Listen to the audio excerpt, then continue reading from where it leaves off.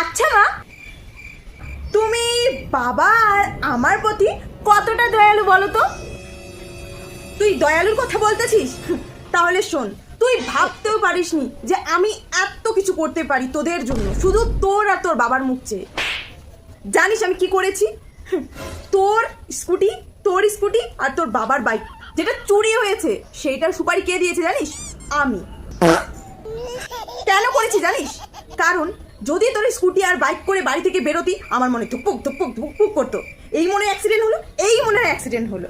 তার জন্য এই চিন্তাটাকে দূর করার জন্যই আমি এই বাইক আর স্কুটি চুরি করার জন্য তোর বাবার বন্ধুকে সুপারি দিয়েছিলাম, বুঝলি?